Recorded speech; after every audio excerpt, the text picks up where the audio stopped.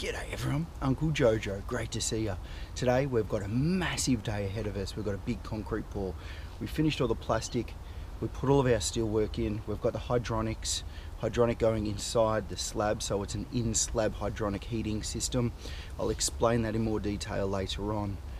Behind me I've got the manifold, which will go underneath the stairwell.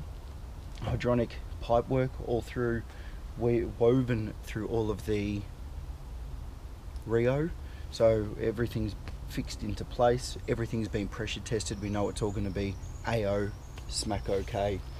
None of the pipe work goes underneath any of the walls, but it goes right up close to the walls, so it makes sure that it heats up all of that mass where our feet are going to be, because we're going to be having a fireplace that's called a wetback system. We're going to be using solid fuel to heat up this hydronic heating system, and it's also going to be heating up our water tank as well during the winter months. It'll switch over to solar during the summer months. So we've got to make sure that we've got all of that in the slab absolutely spot on, otherwise we're going to have problems later on down the road. We've also finished off all of the steel work, but we've had a month's worth of rain in one night, and I can see that some of the sides have caved in. We're going to have to hand dig those out now before the trucks get here. We've got 90 metres of concrete going in this house slab. So here we've got the hydronic heating manifold, so you can see all the pipes coming in. One's in, one's out, and then we've got the other pipes that run all the way around to where they stand up just up there. That's going to be to the water tank.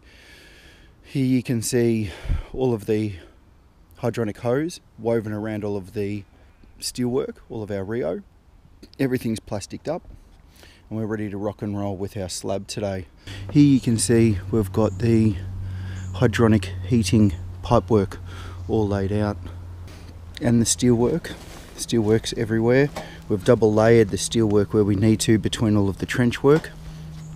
We've got Rio bar down the bottom, but look at all that water in our pits. We've got a pump going, trying to pump out some of this water. At the moment we got a month's worth of rain in one day. Polystyrene underneath all of the steel, make sure that we're separating the ground. Every single day yesterday I was panicking, so worried that we were going to have everything caving in. A month's worth of rain in one day. But you can see that our pits got some water in them all the way through here. So we've got a pump going to get some of this water out. We've had to go around all of our edges and jack them all up again and make sure that everything is back to height.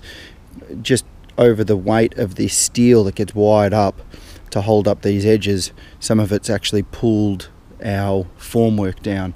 So we've had to run all the way around and just go over all of the edges and make sure we've got them to height again. Any questions or queries about that, let me know. Thanks for watching, and like always, see you in the soup.